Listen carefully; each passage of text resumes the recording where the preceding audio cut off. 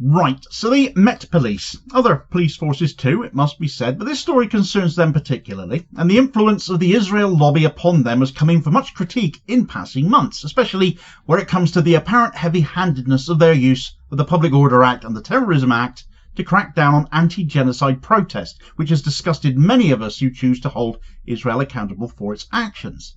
But the latest example is so blatant and so disturbing it cannot and must not go ignored. The right to protest is enshrined in human rights law. I've spoken about this often. But imagine you're Jewish and you're against the actions of Israel. You're anti-Zionist, therefore, and the Met Police just banned you from protesting against what that Zionist regime is doing. Imagine they've done this in what appears to be a blatant abuse of the law and human rights for the sake of not the peace, not the community, but for just one person, and that person happening to be the Israeli ambassador to the UK. Well, you don't need to imagine it if you're part of the International Jewish Anti-Zionist Network, the IJAN, because you'll know the Met Police have banned you from protesting across a massive swathe of North London.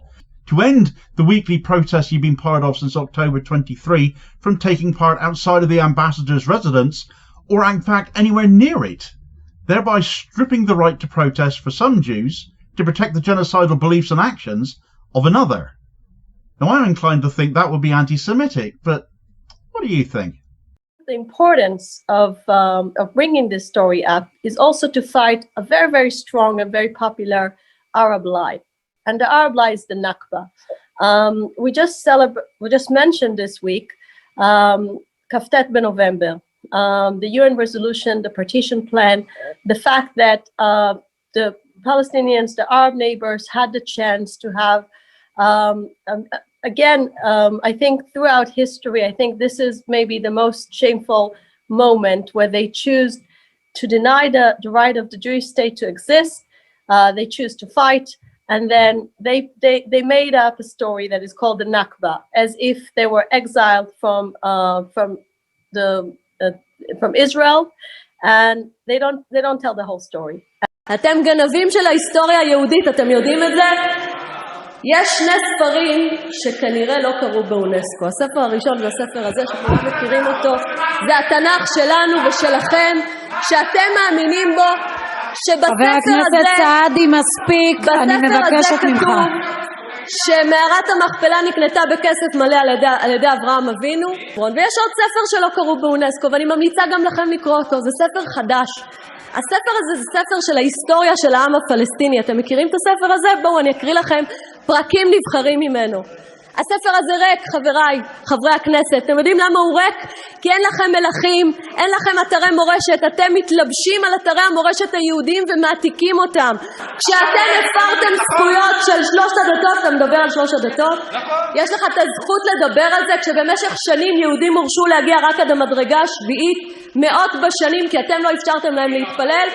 כשמערת המכפלה בריבונות שלנו כולם יכולים להתפלל בה.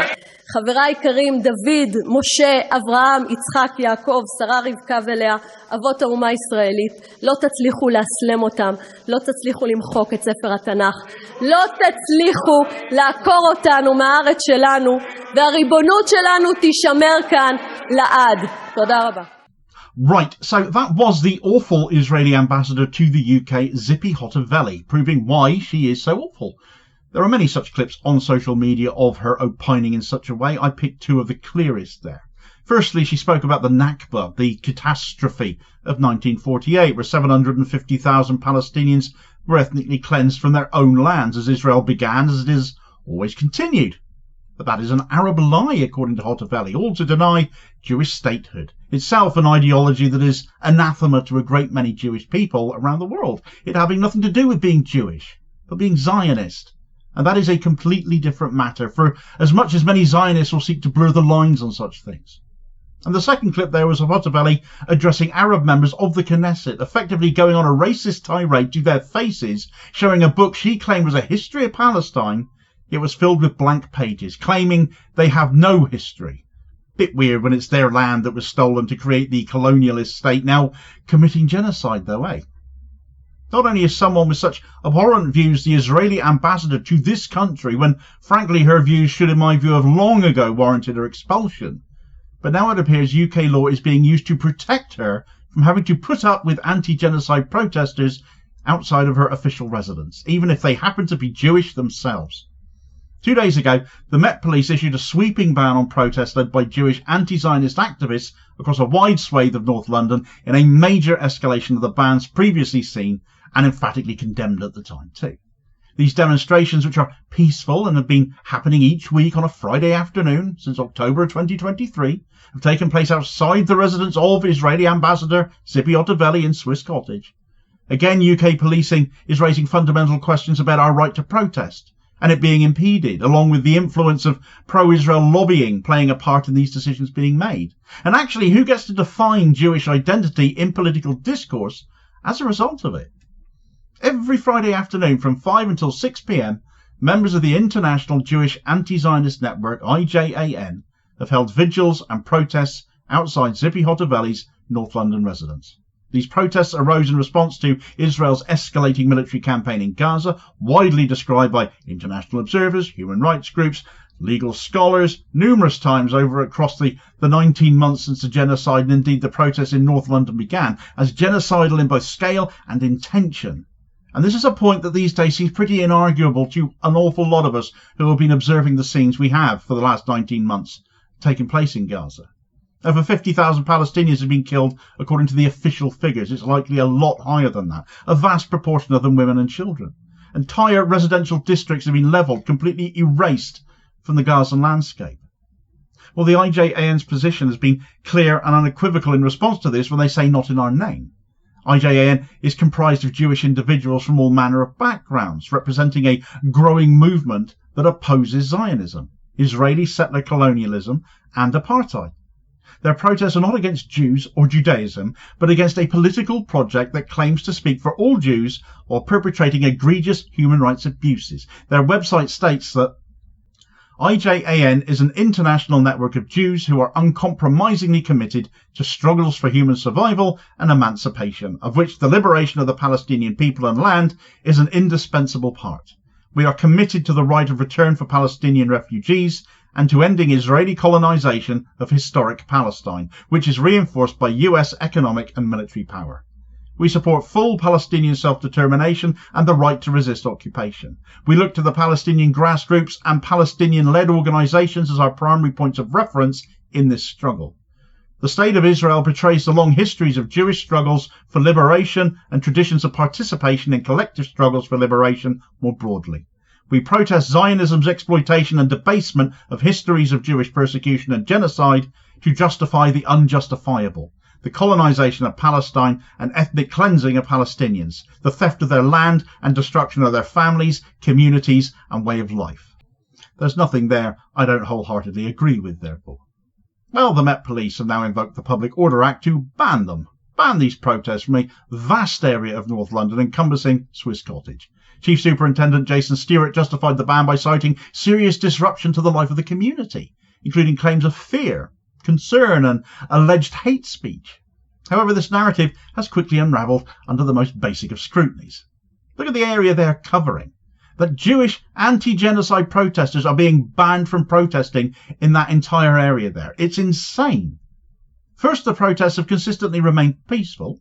There have been no serious disturbances, no violence initiated by the protesters, and no compelling evidence of anti-Semitic rhetoric on their behalf either. The gatherings are rooted in Jewish tradition. The protests occur on the eve of Shabbat and are framed as ethical interventions in the name of justice. Second, the Met's own actions betray their motivations. Back in January, Squawk Box revealed that Met police officers had been leafleting local residents, soliciting complaints and impact assessments in an apparent effort to manufacture a community backlash. So far from being a genuine outcry, the opposition to these protests appears manufactured, coordinated and provoked. The ban coincides with reports of lobbying from pro-Israel groups, notably the Board of Deputies of British Jews and Stop the Hate, both of which have publicly welcomed this ban. Though these organisations, who purport to be defenders of Jewish safety and dignity, would support a police crackdown on Jewish protesters, it's not just hypocritical, but it reveals the ideological rigidity of institutional Zionism behind their so-called Jewish defences. In their view, it seems that being Jewish means supporting Israel without question, and the Met are policing along those lines. Anti-Zionist Jews must be stopped, as they are an apparent inconvenience to the narrative that equates Jewishness with Israeli statehood. What does it mean then when the Met Police collaborates with or bows to such pressure then? Well, functionally it means that the state's definition of acceptable, inverted commas, protest is no longer neutral. It is influenced by political lobbying that prioritises the protection of a foreign government's image, namely Israel, over British citizens' rights to protest that government's actions. Of course, central to this entire episode is Zippy Ottaveli. Appointed to the UK in 2020, Ottaveli has been described as the ideological voice of Likud, Benjamin Netanyahu's right-wing party, and those video clips I showed hardly distract from that viewpoint. A self-proclaimed religious nationalist, she has openly states that she opposes the creation of a Palestinian state. She thinks the idea of a two-state solution is wrong and is a nonsense that we're clinging to, has called for Jewish settlement expansion, and has dismissed Palestinian historical claims as fabrications, as shown in one of those clips. In 2015, as a deputy foreign minister, she infamously stated, "This land is ours.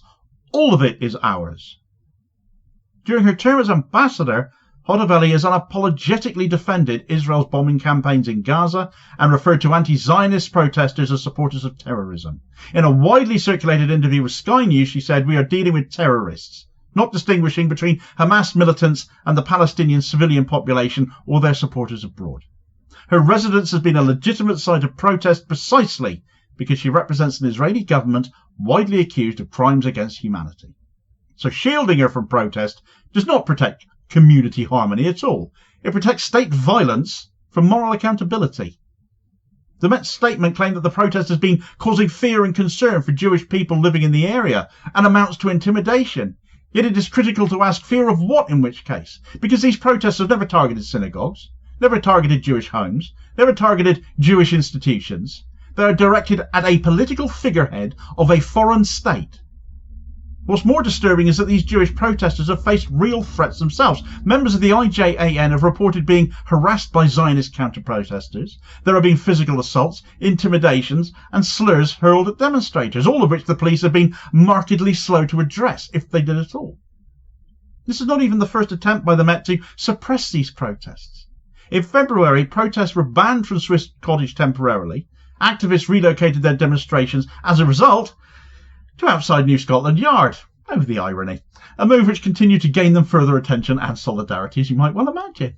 Last week, when the protests returned to Swiss Cottage, though, the Met have responded with this broader, far more aggressive ban across this large part of North London, and it's all part of an all too familiar pattern, isn't it?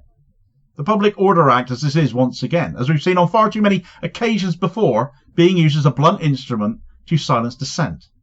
At its core, therefore, this is not just about a protest ban. It's about who is allowed to speak, who gets to define Jewish identity, and what kind of protest the state decides is acceptable. When anti-Zionist Jews are silenced by the police, smeared by the press, abandoned by communal institutions, we're witnessing a dangerous narrowing of public discourse then, and all in the name, as it appears here, of a foreign state. In a functioning democracy, protest must be protected, even and especially if it is over things we may not necessarily agree with, even if it makes us uncomfortable, because it might be something we all need to hear. When protest is reduced to a privilege granted only to those who echo the dominant and permitted narratives, well, it ceases to be a protest, doesn't it? It becomes a performance instead, and Lord knows, Zionists can certainly perform. Zippy Ottaveli's term as ambassador ends this coming August. It would be an insult to the principles of human rights and international law for the UK to quietly welcome her replacement. Now is the time to call for a halt to business as usual. No replacement. No continuation of this complicity. Do not allow Israel, who picks said replacement, Starmer certainly wouldn't refuse it no matter who it is, to install another propagandist for genocide. If the British government claims to stand against hate, it must begin by refusing to legitimise those who cheerlead for ethnic cleansing and apartheid. Meanwhile, it's not just the government or print media taking on a pro-Israel slant here. So is the BBC, it seems, as they have blocked the showing of yet another Gaza-based documentary, fearing further fallout after they foolishly pulled the last one from their iPlayer service, which literally did more harm than good to their reputation. Doubling down on their spinelessness as this is, where it comes to seemingly running scared of the Israel lobby once again. Find out all about the documentary they've been holding up for 3 months now in this video recommendation here is your suggested next watch. Please do also hit like, share and subscribe if you haven't done so already, so as to ensure you don't miss out on all new daily content, sort of supporting the channel at the very same time, which is massively appreciated, holding power to account for ordinary working class people, and I'll hopefully catch you on the next vid. Cheers folks.